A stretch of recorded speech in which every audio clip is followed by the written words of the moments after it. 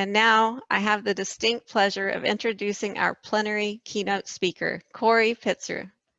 Corrie completed bachelor's and honors degrees in industrial psychology and in business, as well as an MBA. He also holds a graduate diploma in education. Corrie was the group risk manager for Billiton for 10 years before he founded SAFEmap in 1994. Corrie is regarded today as a leading safety specialist and a thought leader on new thinking in safety. Today, he presents The Latent Triggers of Disasters Are Alive, deep inside your company. Welcome, Corrie. Well, thank you for the opportunity to talk. It's to me quite an honor, to say the least, to talk to the Chemical Engineering Institute. My company has a number of engineers employed, civil engineers, mechanical engineers, all kinds of engineers, and a couple of chemical engineers, and they claim to be the top of all engineering, the smartest people around. Now, I hope that can be put to good use in this session, because this session is what I normally take a day to go through this concept, and it's going to be a challenging and I hope intriguing presentation. So let me just tell you where I'm from, and it's important for my presentation too. I'm actually a psychologist, industrial psychologist. I couldn't get a job way back in South Africa as a psychologist because we didn't have Oprah Winfrey and people didn't know they need therapy to get through life. I became a human resource manager at a mine. And the mining company that appointed me assigned me to a mine and said to me, this is your new job. 48,000 people work on this complex. But they didn't tell me that the manager of this mine couldn't stand HR. He hated HR. Was just, to him was all this new stuff happening. And when I walked into his office, my human resource career lasted about 12 minutes, because when he heard, I've never seen a mine in my life, he, as an Irishman, got very angry and chased me out of his office and said, go get a blasting ticket. And once you've got a blasting ticket, you can come back and I'll give you an office or whatever you HR people work with. Well, this is what a blasting ticket entailed. 8 months underground. Now, this is what you do. You go through these shafts underground in what is called a skip. It is basically a massive steel box or elevator. 50 people squash next to you on one deck, 50 people above you on another deck. And then you shoot down this hole at breakneck speed. And this is what it feels like. You're traveling at 6 meters per second. There are 3 shafts. We're going down the first shaft, then we're going to go a long ways, then down the second, and then down the third. You experience your ears blocking now.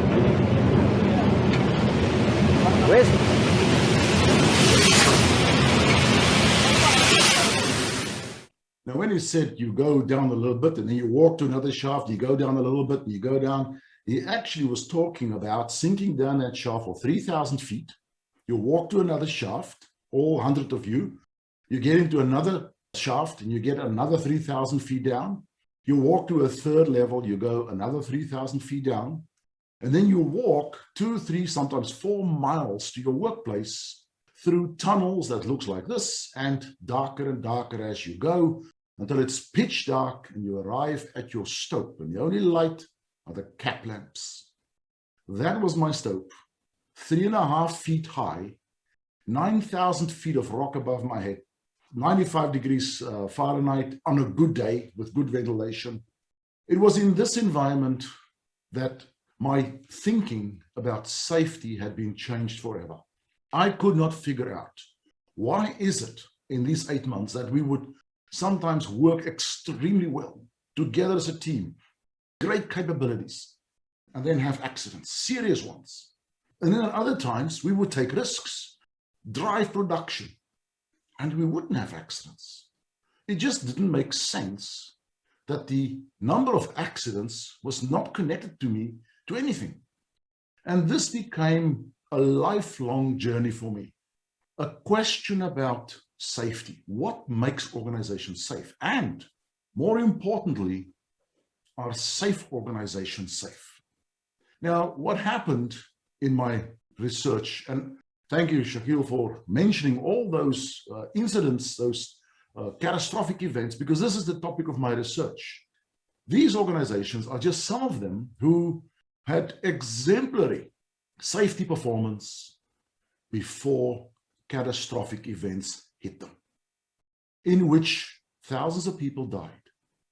Some of the safest organizations in the world, DuPont, BP, and there are many organizations that I specifically studied, and I call them near zero organizations, who were safe until the last moment, and then catastrophic events occurred.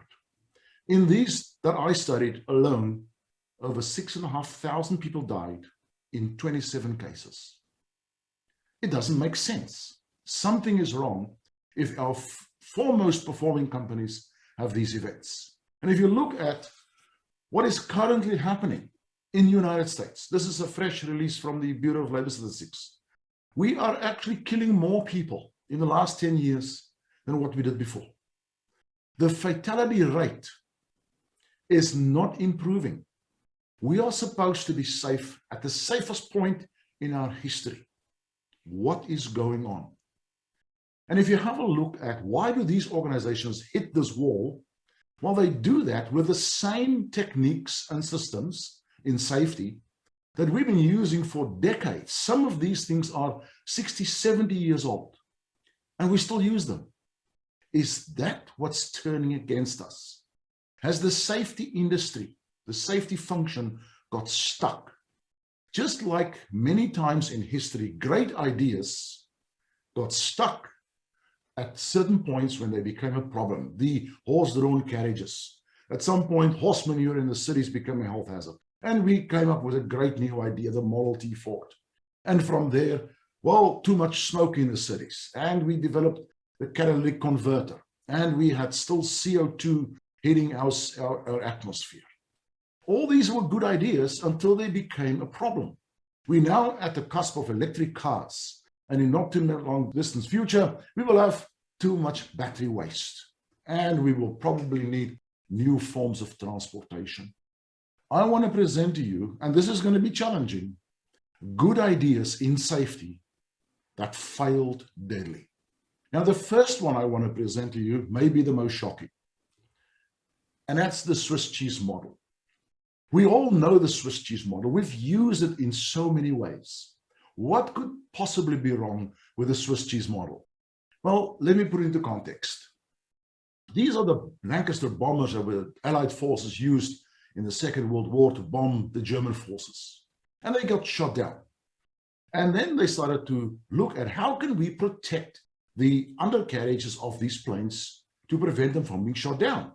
And they started studying where the planes were shot as they returned, the bullet holes. And they presented this to a very clever statistician, Abraham Wald, and said to him, what should we protect? Where should we protect? And those would be the logical areas.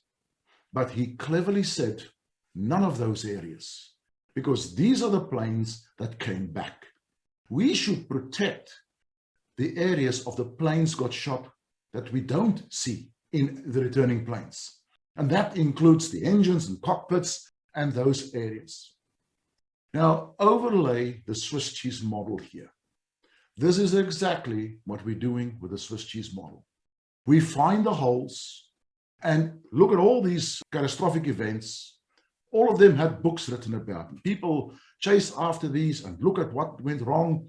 And basically, they make movies about them. They basically point to the holes and point, these are the problems. And you can't argue with that because there are the dead bodies, there are the holes. What we're not seeing is the Swiss cheese holes emerging.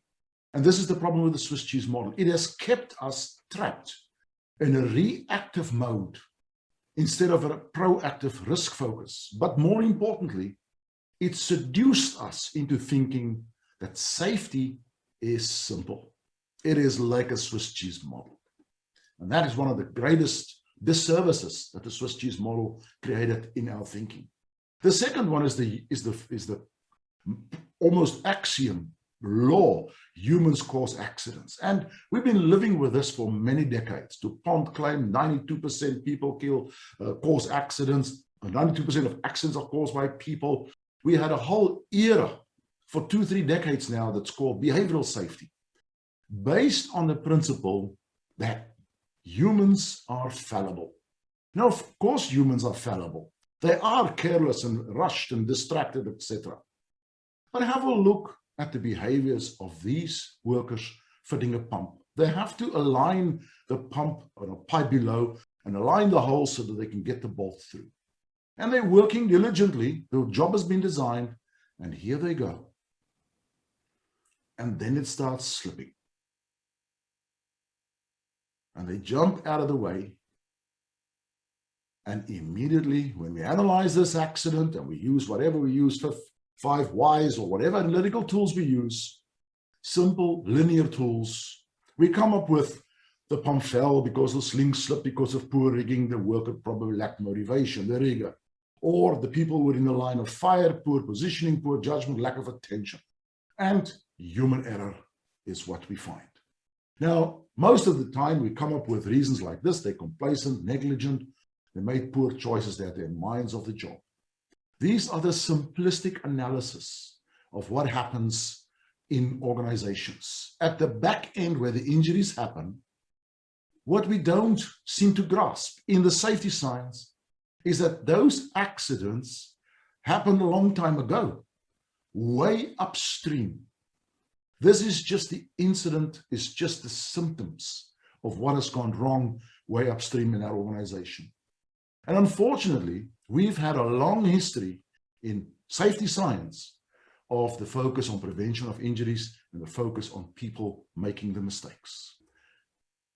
The third dangerous idea in safety is the standard operating procedure. You're immediately going to feel shocked. How can the standard operating procedure be a problem? It is the stock standard science of safety management, and it is. Well, in your business, chemical engineers, you know extremely well what happened at Piper Alpha, and it's a very, very well-known example. Many books written about this. You would also know that the workers, 167 people who died in the accommodation block. Now, what were they doing there? They followed the evacuation procedure that says, in the case of an emergency, you evacuate to that location. Well, the fire started underneath that, and that's where they died. The people who survived, 26 survivors, either jumped into the sea or they were blown into the sea. Now, I'm not saying that we should break rules.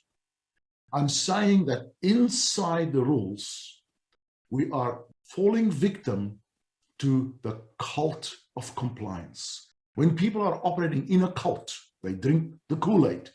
And that is the foundational problem that comes from the standard operating procedure. Bo Bobko, space shuttle pilot on 3 missions, famously said, the quickest way to get you killed on a manned space flight is to not follow the standard operating procedure. And the second quickest way to get you killed is to always follow the standard operating procedure. We need to break the shackles and the chains that this cult-like cultures put around us. The fourth most dangerous idea is the hierarchy of control. Now, you're going to be even more shocked. How can I have a case against the hierarchy of control? Again, this is basic standard science of safety. And in any circumstance, it is probably one of the most well-known tools around. Well, of course, there's great value in it. Everything we do on roads, in traffic engineering, is based on that. We've got all kinds of controls, warning signals, behavioral, road rules, technological controls, substitution, elimination of risk, everything is there. And then we have the operator. And we're going to blame him for not looking left or right. But he didn't have to look left or right. You and I have walked through pedestrian crossings multiple times in exactly the same way. The problem is deeper. the hierarchy of controls is not taking into consideration, is not contending with this psychological concept, the problem of risk homeostasis. It is a theory that's been developed by a Dutch researcher that's largely been rejected in the safety profession because it spells disaster if we follow this principle. Here's what it says. I'll give you an example of what happened in the risk homeostasis event, the Swedish switchover. In 1967, Sweden was driving on the left and the rest of Europe driving on the right. And they decided to switch over. So on that night, midnight, they stopped all traffic on the roads and changed all the signs around and reminded people to come out on the wrong side of the road, the right-hand side of the road, on the next day. Well, people did. It was chaos the first morning everywhere in Sweden, and gradually people started getting their cars going and they started driving on the other side of the road. Now here is what happened. This is the data from that time. In 1967, the accident rates in Sweden dropped dramatically and stayed low for 2 years and gradually increased back to the regional levels. Now there's something about this that is almost intuitive and completely logic. When we see more risk, we take more care. When we see less risk, we act more risky. Now, what is the sole purpose of the safety function? To create a safer workplace, to engineer a safe environment, and people see less risk in those environments. And what do? We start to act more in risky ways. And when you overlay what I have found a very interesting curve, the Zygmunt curve. The Zygmunt curve says the performance is in an S shape of human performance. As we originally put in, you can see at the bottom the scale, the x-axis, resources to increase safety. And human behavior changed from ignorance to observance, to conformance, and to compliance. Now, this is when we approach that cult level of compliance in the organization. If you introduce more controls, more protection, we enter the Titanic zone. And it's a condition that I call risk atrophy. We don't use the capabilities of seeing risks anymore because it's been looked at for us. Our work environments are extremely safe. And we enter a dangerous zone, that of risk atrophy. The fifth most dangerous idea is the risk matrix. Yes, I'm not stopping. I'm going at all of them now. The risk matrix has been in place for decades. It's been designed originally by NASA. Now, if you look at the basic scales, likelihood of an event, the consequences, it gives you all these permutations, levels of acceptability and controlled, etc. Now, NASA had the challenge of disaster in the catastrophic improbable area, but a controlled risk because it was redundant. The second O-ring made it redundant. The Columbia disaster was probably in the area of acceptable risk, remote chance with critical consequences. Now, if you have a look at a book written by Diane Vaughan, one of the most insightful books about what I'm talking about is this. She said, the Challenger launch decision can be attributed to redundancy-induced overconfidence. Now you see there's another layer of paralysis being introduced. But what the risk matrix is fundamentally unable to contend with is shown in this little funny video.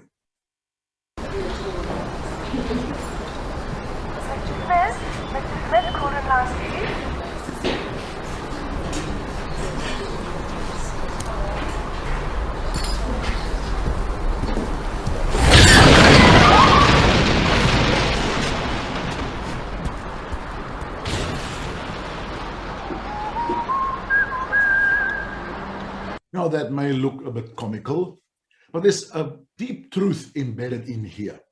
They've solved the smoker problem by putting them outside, and that caused the overweight on the balcony. Now, this to me is an example of what happens in organizations all the time.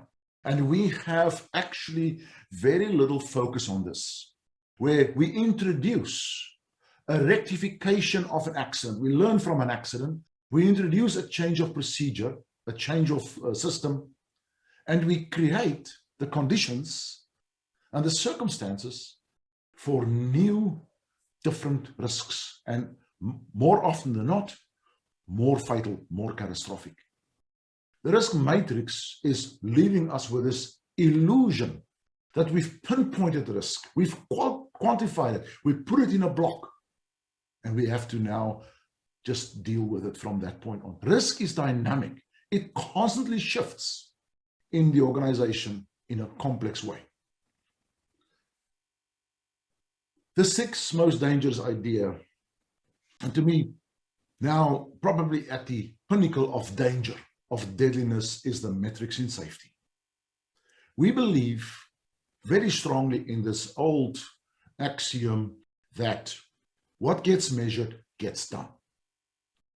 Now, in safety, if you measure metrics, you measure accident rates, there can be only one logical target, and that is zero. And then we would have the misplaced confidence that zero is safe. Well, what would happen if we achieve zero accidents, zero injuries? Well, here's an example of why this is absolutely contentious. Look at this intersection. There's a car going through, but keep your eye on this lane where the blue arrow is, and simply watch what happens.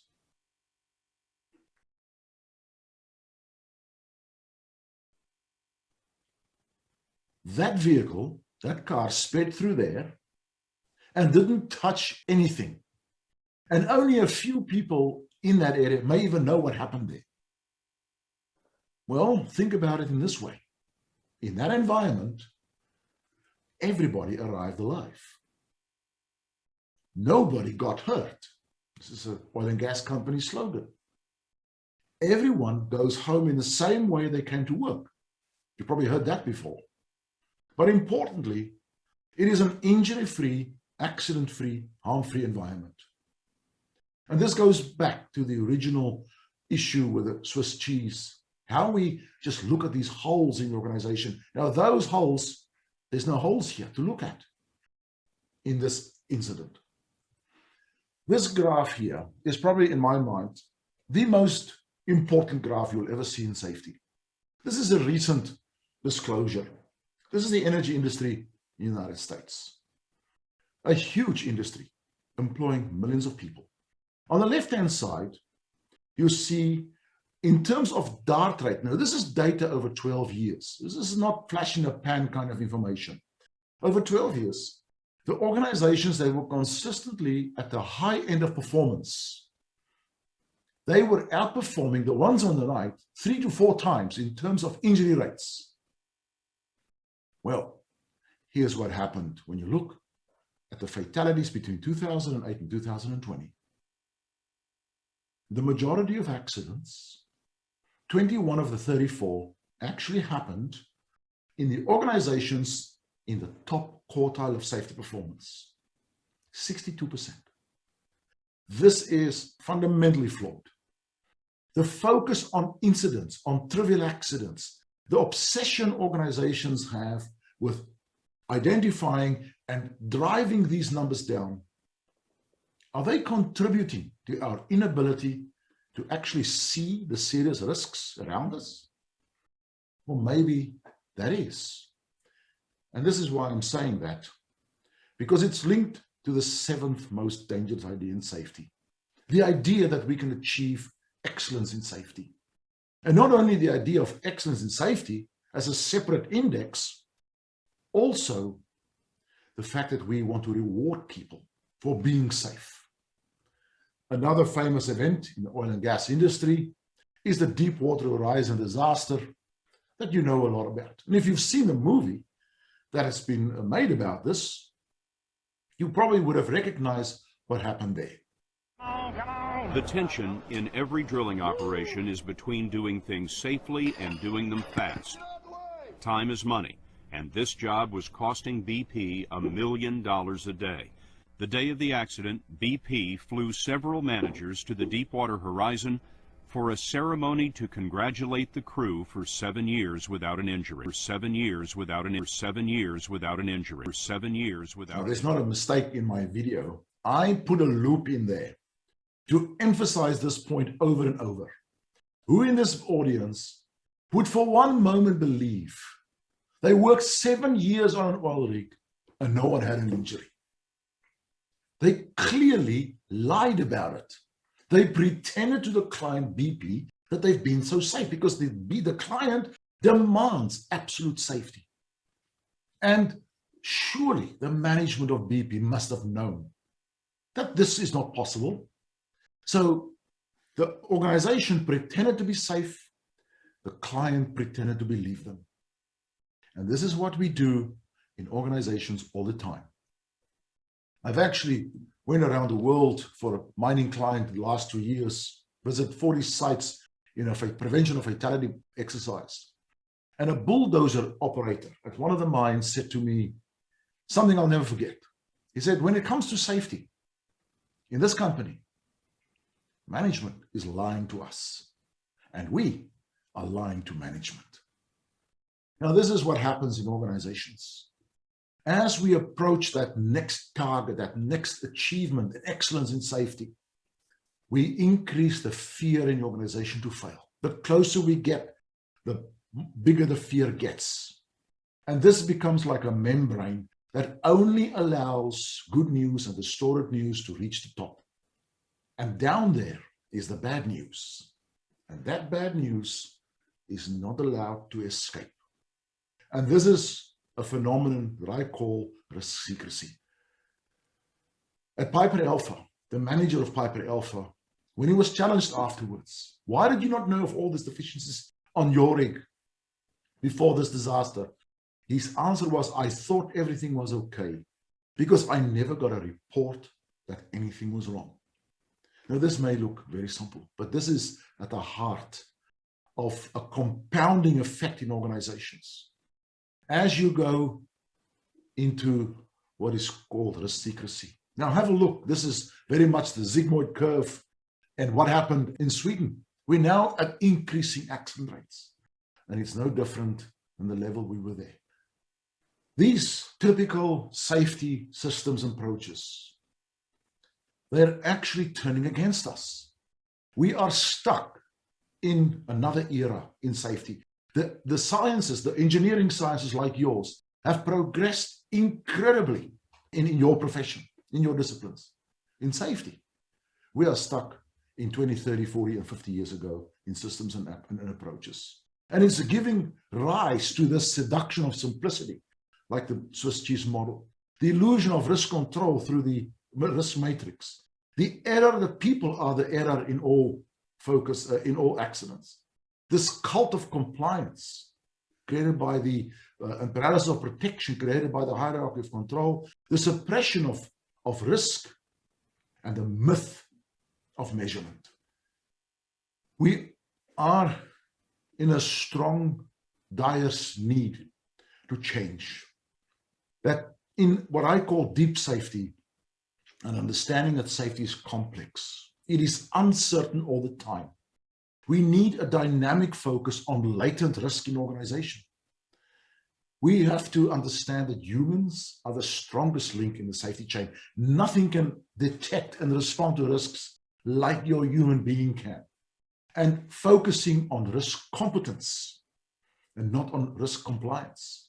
We have to also realize that safety has to be engineered, re-engineered every single day, at the start of every day, start of every meeting, start of every shift. It has to be re-engineered. It doesn't get in place and stay there. We have to optimize risk upstream because the accidents happen upstream. And then there is a final different definition of safety. And I'll explain what my R4 formula stands for. I want to introduce to you an organization that actually looked like this. My Stope that I worked in is an organization where those deep safe thinking actually operates in. And there is another organization just like this, the modern American aircraft carrier, but not the ship below the deck. That's Navy safety. Not the jets, that's aviation safety. On the deck, the way they operate on a deck is no different than my stove. This is, and you must have heard of, the chronically uneasy organization. Well, I want to introduce to you the rooted restlessness organization, where restlessness is absolutely rooted in the organization. It's the most dangerous workplace in the world, probably second to my stove. But this is what they have to do. And look at what happens. The operators are standing right next to the landing spot. They land at full speed, and they have to catch a cable in order to stop the plane, a resting cable. And immediately they have to take this away, because 42 seconds later, the next jet comes in. And this can happen 24/7. It is incredibly complex. And they do that most of the time safely. But when things go wrong, like in this situation, this is what happens.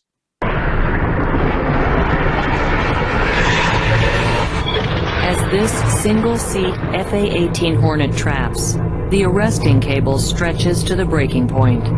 When it breaks, the plane quickly disappears over the side and into the water. Training saves the pilot, who ejects immediately.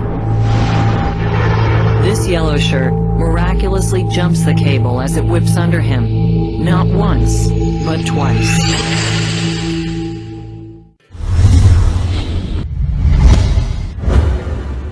I call this the 3-inch margin of safety. This event has given me a very different insight in safety. What is safety? Is safety the absence of accidents? No. Is safety the presence of capacity, more defenses? No. Safety is the readiness to respond to risks relentlessly. If you define your organization's safety in these terms, it will change everything in your organization. Because that person that jumped there this is not luck. This is not a good operator. This is the result of decades of optimization on those decks, of managing and dealing with risk and training and creating a culture that is relentlessly focusing. And that definition exists at all levels, strategic, tactical, and operational. Because in the same way that accidents are created upstream, incredible competence is also created upstream in the organization, in the processes, in the systems, and in the culture. It is not just what happens at the front end. It is what happens deep inside your company in the complex iterations and permutations of everything that comes together. And that was my story. Thank you very much. I'd like to open up for some question and answer time. We have a couple questions now, and if you're listening and would like to ask an additional question, please just type it in. First question I'd like to pose to you, Corrie, is what are some of the most effective ways to reduce higher consequence incidents while preventing an increase in lower consequence incidents if one of your constraints is resource availability? I think, let me take that example of the aircraft carrier, talking about resource availability. On that aircraft carrier, 5,000 people work there. And those 5,000 people live and work on those ships for months on end. But in 4 to 5 years, they are new people. They changed over. They got new operators everywhere. So they retrained in this whole culture and thinking of what happens. So the focus, and because they focus so strongly on empowering their people, you do that with limited resources if you focus on your people coming in all the time, considering them the strongest link in the safety chain. And that is probably, to me, a strategic direction of doing that. The focus on, the focus on small incidents versus serious incidents, those are two different sciences. What causes small incidents finger injuries and small injuries is completely different in makeup and design of what creates complex incidents. And complex incidents are actually iterations of processes and culture in organization. You have to have a separate focus on that. And it's almost, in my mind, these days, I think we need a complete split in the safety function. The one on the resilience engineering and the other one on safety compliance. And that's when I think you'll start focusing on that. Thank you, Corrie. Another question from our attendees. You mentioned that people tend to act more risky when they are in a more risky work environment. Are there any known examples of the reverse, where a riskier work environment leads to people acting less risky? No, actually, risk homeostasis says the more safe the environment is, the more risky people are. The more risky the environment is, the more safe the environment is, the more risky people are acting.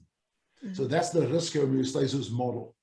And you can think of many examples you're driving your car on the roads.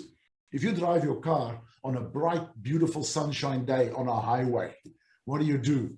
You drive at or over the speed limit and it's going all well. Suddenly it starts raining, slippery road. The environment becomes more dangerous. So what do?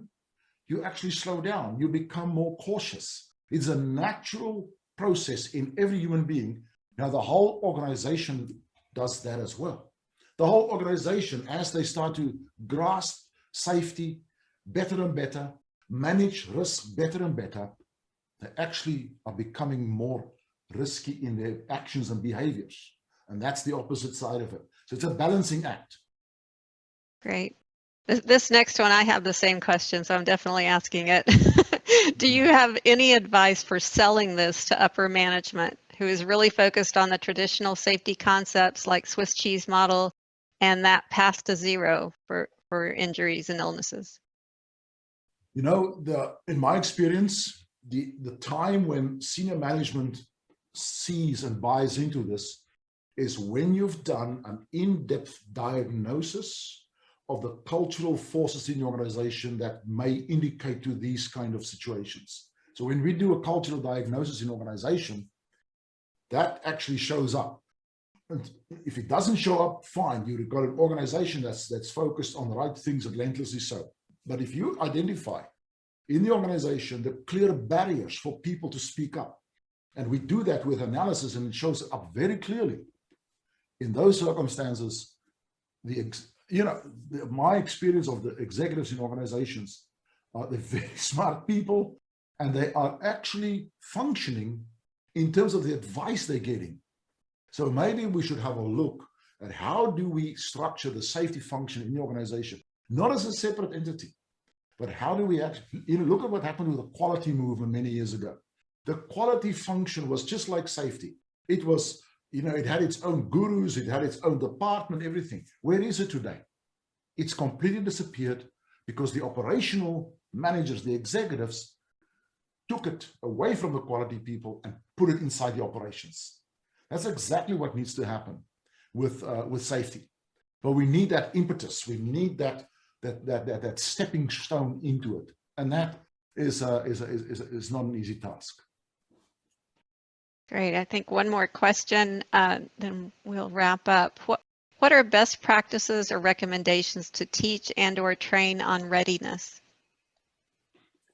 The whole concept of risk readiness is not actually well embedded in curricula, for instance. It is quite a new thinking. There's some elements of this is captured in the safety 2 idea, the safety 2 concept, and the resilience engineering. But our thinking, my thinking of deep safe is actually goes beyond that. It actually wants to make away with the safety focus as a separate entity. It wants to integrate it in the operating models of the organization. So I think we, in terms of teaching of that, there's a great deficiency in curricula of engineers, of mine managers, of company managers, into understanding where this is really functioning in the organization.